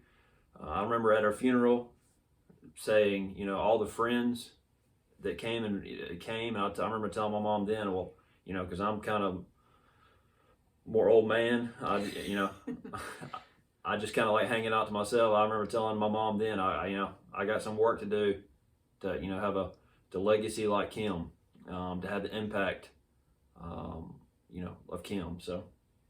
Yeah, definitely she definitely left a legacy. I still come across people that'll post stories, especially around the anniversary, that they might post something and tag her in it. That's a story I've never heard. Or somebody just a reminder to me of someone that was so greatly impacted just from knowing her. Kim was, of course, the type of person that if you ever met her, you certainly didn't forget her. She just had that amazing personality she could always make you laugh. I remember while she was in Masters, Sherry and Roger, she would pray for you guys constantly. I remember in our 8:30 prayers, we would all get together, and even in our tribes and stuff like that, she would pray for you guys. She'd pray for your family. She'd pray for Adam. She'd pray for Chris. And you guys were always on her heart through Master's Commission and even afterwards. And so guys, y'all have no idea how much she loved you. She loved you guys so much. She loved Adam so much. And Chris and all you guys.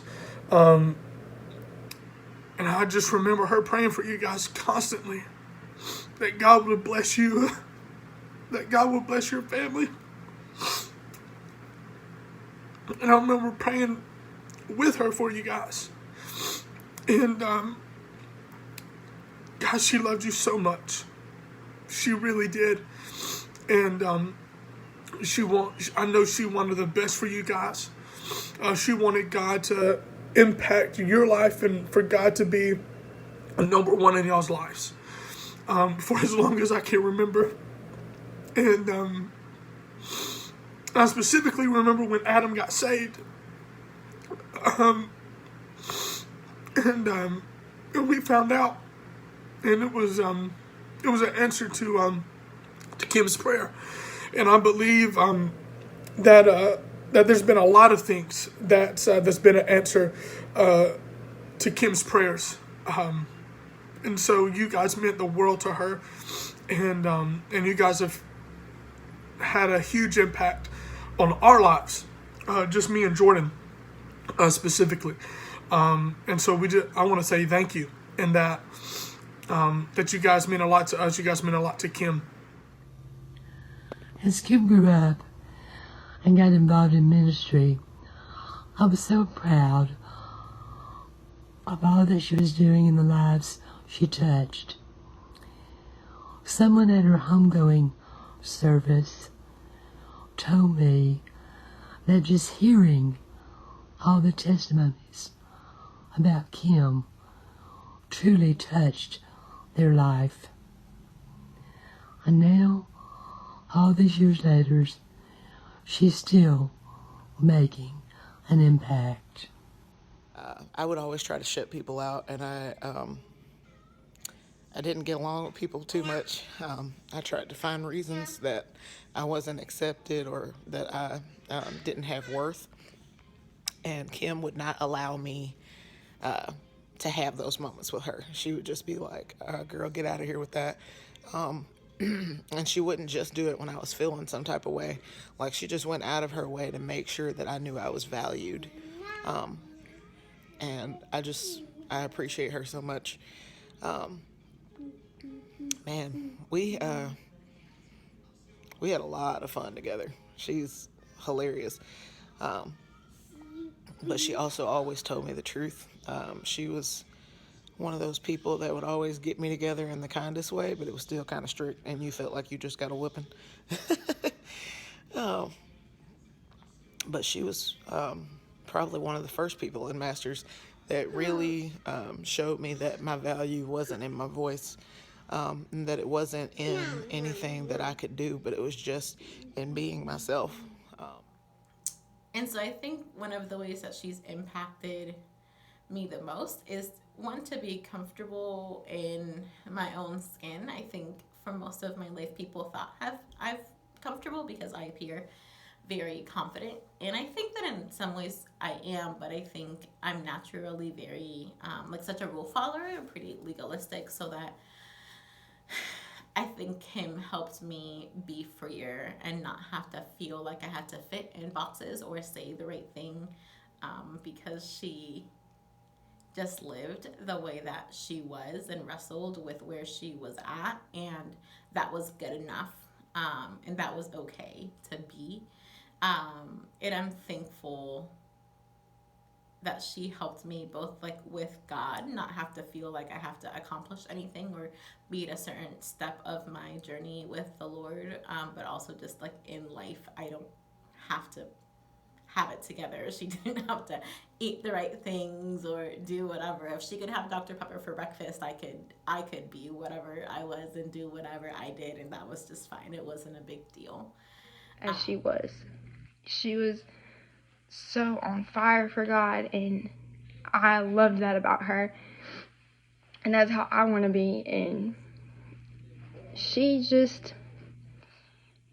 made that 7-year-old girl who sat on her couch and cried for hours. She has helped that girl move into a young lady at 18 years old, and she has played so many parts in most of all my decisions that I've made and all my challenges that I faced. She has been in the back of my mind, and what would she do and how she would handle it, and that is probably the biggest impact that she has had on me through all these years. The biggest impact I think that Kim had on my life was just seeing how much she loved the Lord, and just seeing her show that every single day of her life, and just seeing the joy of the Lord like just shine through her, and just seeing how she was so giving towards others and always wanted to put a smile on everybody else's face, and was just such a sweet and kind-hearted person.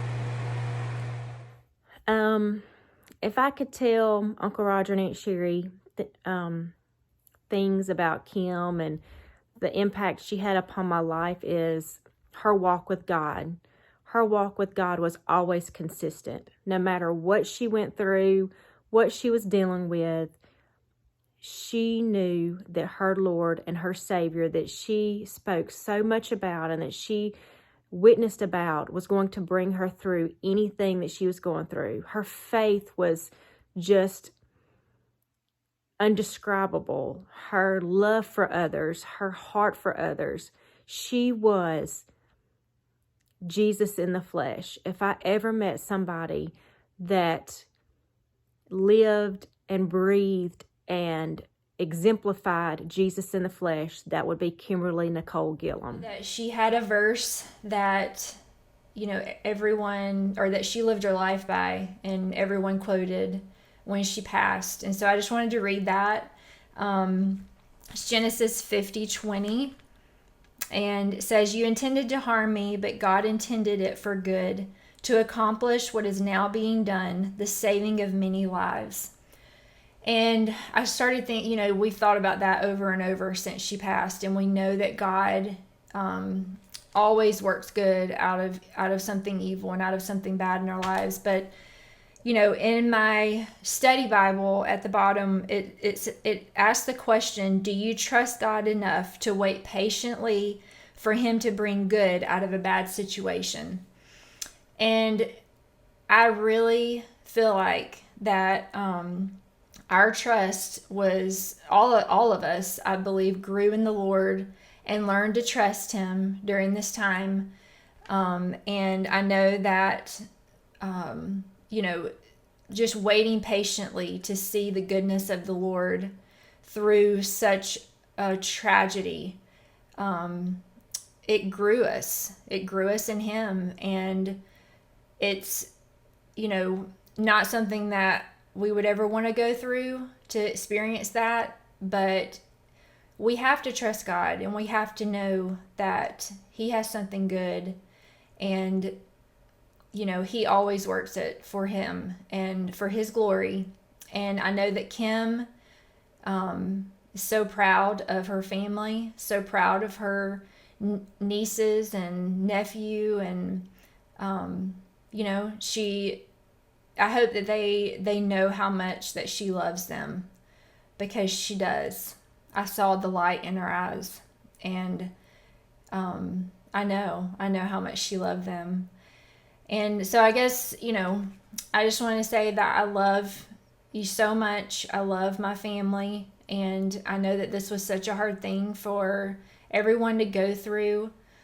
But I'm thankful for a God that is faithful. I'm thankful for a God that brought us through and continues to bring us through each and every day. And I know there's not a day that goes by that Kim is not on your mind. And I just hope you will be able to take away the fact that of all the lives that she has changed and continues to change through the life that she lived. And I will always miss her, and I love her so much. And I'm thankful for the memories that I have with her. And I love her. I love you so much. Kim taught me how to have fun and not care what people thought about me, how to have fun through that. And it was something that I had always struggled with. I was super insecure about what others might think of me, and she taught me just how to be bold and, you know, and be courageous and have fun without caring what they thought. I appreciated that. She also encouraged me. I so often would get notes like this from her, and just encouraging me through her struggles. She was always very open with me and say, hey, this is what's going on, like, and I see this in you, like, you know, here's how you get better. She always encouraged me. In fact, I was reading, and I'm just sitting here crying, reading the words that she said. Allie, I'm truly so amazed and so proud of you, and I love you so much as your leader, but as also your friend. Know that no matter if it is today, 5 or 50 years down the road, I'm always here for you, and I always have your back. And that is so true. Kim always had my back. No, Kim passed 8 days before her 24th birthday. So that's let's just say 24 years. But in 24 years of living, she still had 34 years of impact, because she's still impacting people today. 10 more years, 24 plus 10 math. 34 years of impact. That's just crazy. I mean that happens with special people. Like Chris said, we both have a lot of work to do to get to an impact like that. But how she would impact me, I would say just by living her life. She didn't gloat of how great of a Christian she was or anything like that. She just lived her life and I would see the type of Christian you're supposed to be. I wasn't always that way by any means, but just by living her life is how she impacted me. And everyone close in the family knows the things that's happened to her and the things she went through, but she never went away from God. She stayed strong. She lived her verse, Genesis 50:20. She lived it every day. So I'm trying to have an impact. Hopefully people can talk about me like they talk about Kim one day, but I got a lot of work to do. You know, of course, the I miss yous, the I love yous, the can't wait to see you again. Of course I would say those things, but I think in the 25 years or 24 years for her, but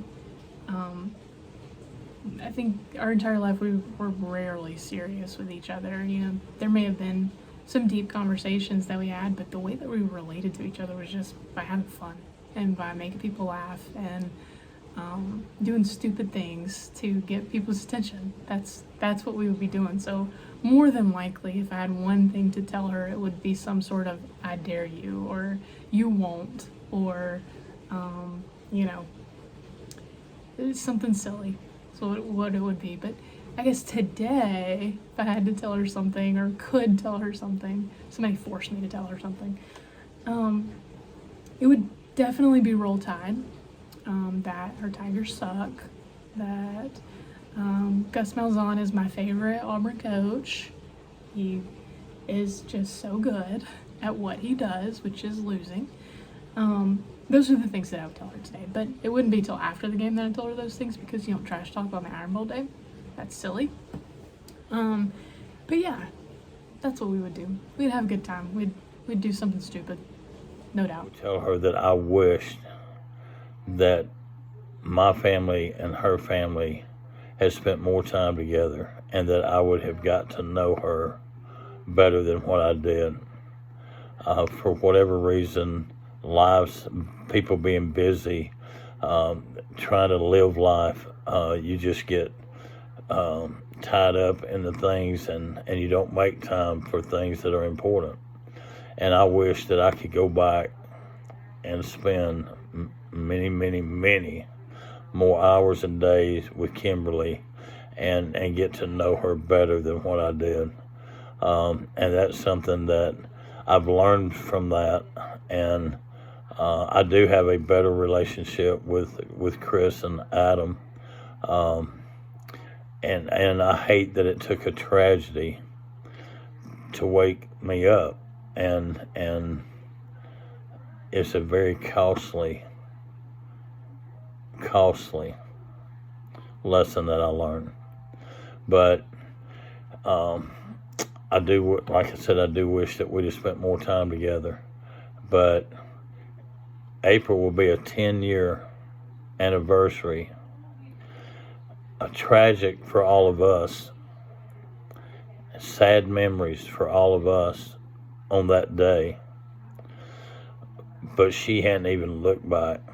I mean, they say that a day in heaven is like 1,000 years on this earth. And she has spent thousands and thousands of days in heaven. And if we could ask her to come back, she wouldn't come back. She is with her Father. She is with the one that she served. And I mean, wow. She won. I know we lost. We lost her. And one day we will win. But she won that day. And I could see her and Mother up there talking. And her and Daddy. And her and Brother and Sister Barrett just laughing and having a good old time in the Lord. Anyway, Roger, Sherry, Chris, and Adam, I love y'all. And if there's anything I can do, do not hesitate to give me a call. Man, if I could tell her one thing, if she could just, I just wish she could be here to see her.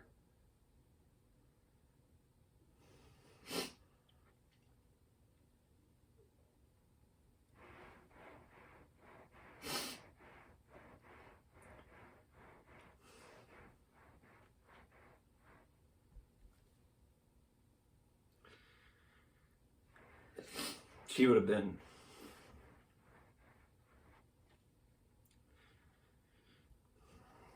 she would have been the best aunt. I mean, she had a few weeks with Brody, and I can remember how excited she was at the hospital with Brody and coming home and having a few weeks, and just how excited she was. How excited she was when she found out she was pregnant when we called her. She moved back because of that. And then to have 2 nieces. And it's I've said it before, I've never said it publicly, and it's sad. I almost, as time goes by, it's been 10 years, right at 10 years, and I almost don't have a memory of Kim as an adult.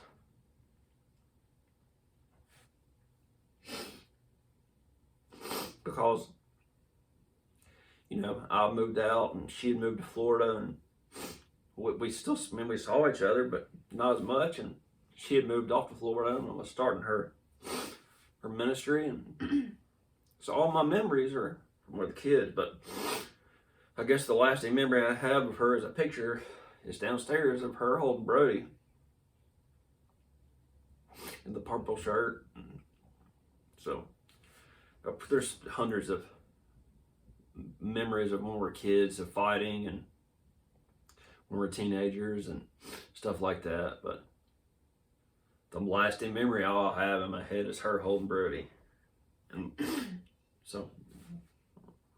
Yeah, I think that's one of my, not really that I could tell her, I like to think that she somehow sees us from heaven, that she gets glimpses or something of the happy times of even us now. I like to think that way. I don't know if it happens, but it's a fun way to think. But I think definitely one of the things that I guess that I hate most about the fact that she's not here are, I look at our kids and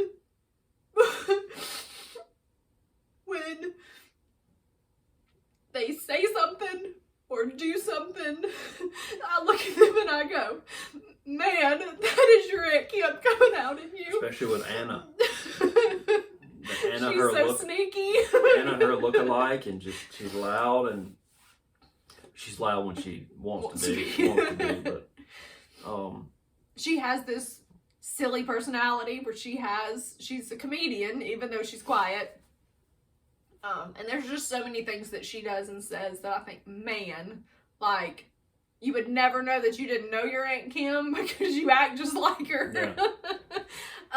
Like, you would think she had a relationship with her and some of her had rubbed off on her. That's almost how it is. Yeah. But I think that's what I miss out the most on, is seeing her get to be that aunt, because I know that she would have loved on them, spoiled them, probably taught them things that would get them into trouble with us.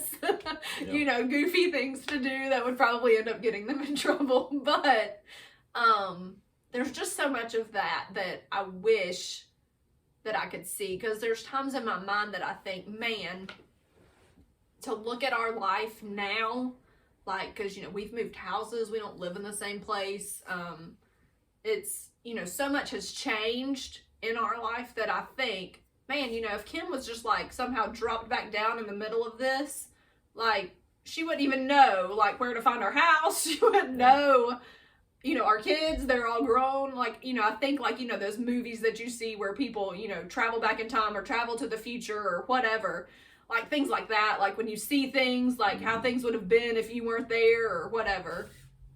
Anyway, I think of things like that, and I think, man, you know, so much has changed, and there's part of me that hates that because I wish we could hold on to what we had when she was here.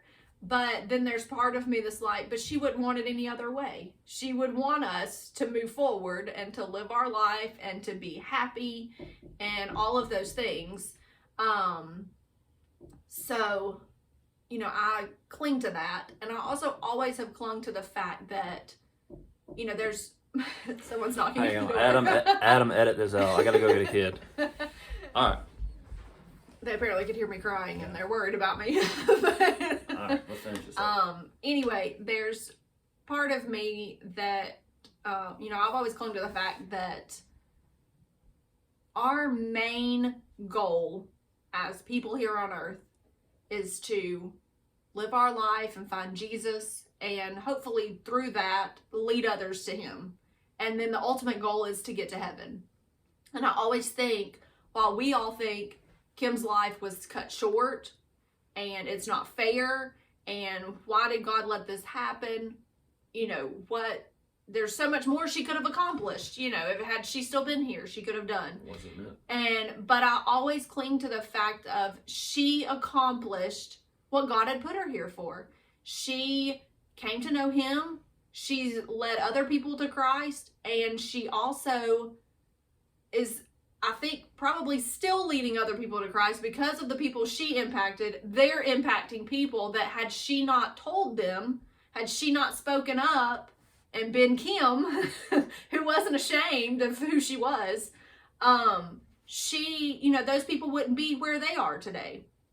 And so I always think, you know, she did exactly what God wanted her to do. And while, you know, I don't like the fact that she doesn't get to be here with us, you know, I have to hold on to that I know without a shadow of a doubt, she's in heaven. Unfair things, terrible things happen here on earth because we live in the world that we live in. And there's nothing we can do to fix that until Jesus comes back. But as much as we miss her and wish she could be here and but we remember all the happy times and everything, but we also know that we're going to get to see her again. We used to say, I'd hear people say, why? I don't understand why this happened, like you said, but this was when it was supposed to happen. This was her legacy. While we're sad, she's in heaven. And every day we must strive to get there. We want to see her again. I want to see her and Mama and Papa and all my grandparents, Papa and the other Mama, everybody. So, anyway. I think I wrote those last two questions, but down is the same, so you know how I am. But Roger and Sherry, I want you to know that you raised a beautiful, beautiful daughter. She loved God with all her heart. She made such an impact in this world in just 23 years. As we went to her celebration memorial service, as people came down one and the next and the next and the next, to where the sanctuary was almost packed, because she impacted their lives, not just my life. Y'all did a great job. She loved you both so very much. She loved her family. And I know that she would have been the best aunt, except for Abby. That's what she says. She's the best aunt. But that Kim would have loved on them babies. And I thank God the Lord has given you those babies, not to replace Kim, but just to help with the blow of the hurt and the loss. And I know one day we're all going to be together again. Roger and Sherry, I know that I can't even imagine how y'all have made it 10 years without Kim. I know that you've been through some horrible time, some downs, but also some beauty. And you know, that's what the Lord said. He'll give us beauty for ashes. He'll take something and turn it around for good. And that's Kimmy's verse. That's Kimmy's verse. That what Satan meant for evil, God will turn it to good. man, if I could say anything to Kim right now, it would be thank you. Thank you for being the sister that I didn't have, or the big sister I didn't have, and for being a good example. Kim was very much, a leader all the time, even when nobody was watching. She was full of integrity, and I miss her. I miss her just like y'all miss her, and I just wanted to tell you guys thank you for sharing her with us. I think there's lots of things that hurt about her being gone, but like, I wish so badly she could meet my children and that she could see my family and be a part of that. And there's a Kim-shaped hole in my heart, and there always will be through every season of my life. That will be true. But I find comfort in this thought that, and maybe it's arrogant, but just to think how proud she would be of me. Like, she would be so proud of me, and I know that. Like, I know that because of the friend that she was to me in the time that I had her, and I find a lot of peace in that. And my prayer for you in this reminiscing is that you would feel the fullness of God's peace too. And I love the Gilham family, like, and I'm so thankful for all of you and for having Kim and for her being a part of my life. And I'll always have those memories. And anyway, it got kind of long, sorry, but I love you guys. If I could tell Kim one thing today, I don't even know if I can get through it, but I would tell her I'm sorry. I feel like when she came back from Florida, it was after Masters, she had come back. I just remember I just wasn't a good friend at that time. I don't even remember what happened. All I remember is that she had asked me to hang out multiple times, and for some reason or another I didn't. And I think to this day it's something that I always think about. So I would tell her I'm sorry, that I love her, that she did good. There's probably a ton of stuff that I would probably tell Kim today.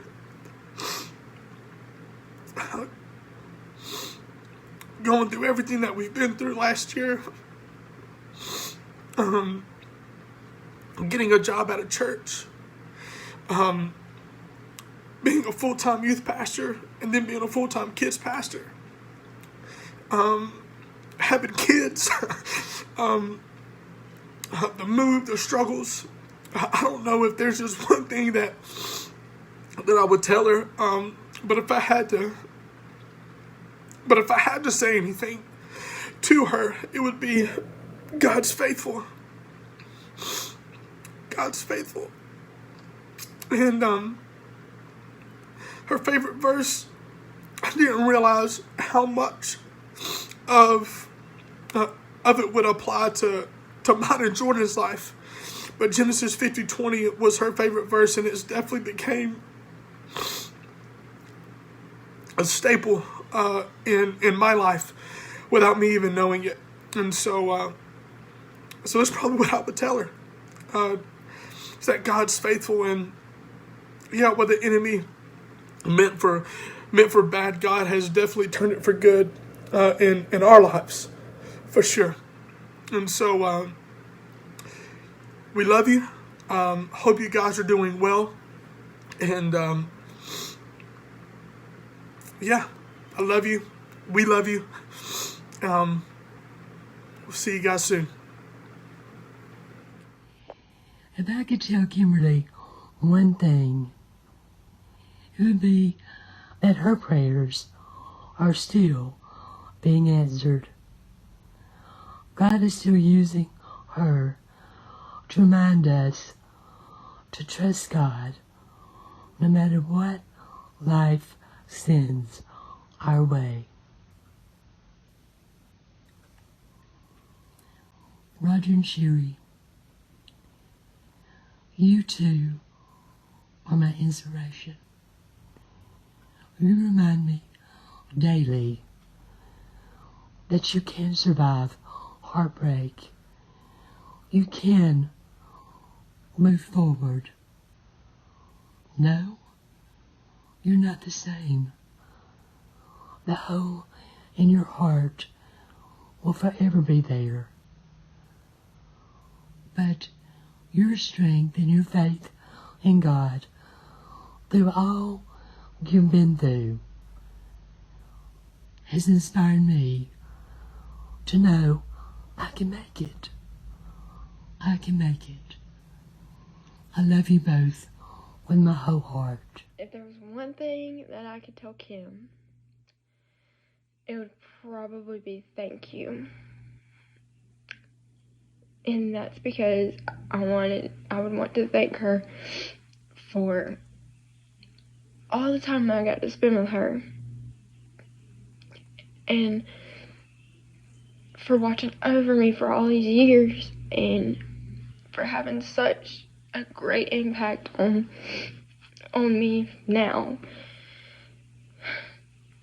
I mean, of course I love and miss her, but one thing I would tell her is thank you, because nobody knows the amount that she has impacted me and impacted how I look at things and how I react to things. And I mean, if it was that 7-year-old girl talking, she'd probably say the same thing. And it still is that 7-year-old girl talking, but it's one that has learned from Kim and, you know, thinks about Kim every day. And I mean, I love Kim and I miss her. And yeah, those are the things that I could tell her.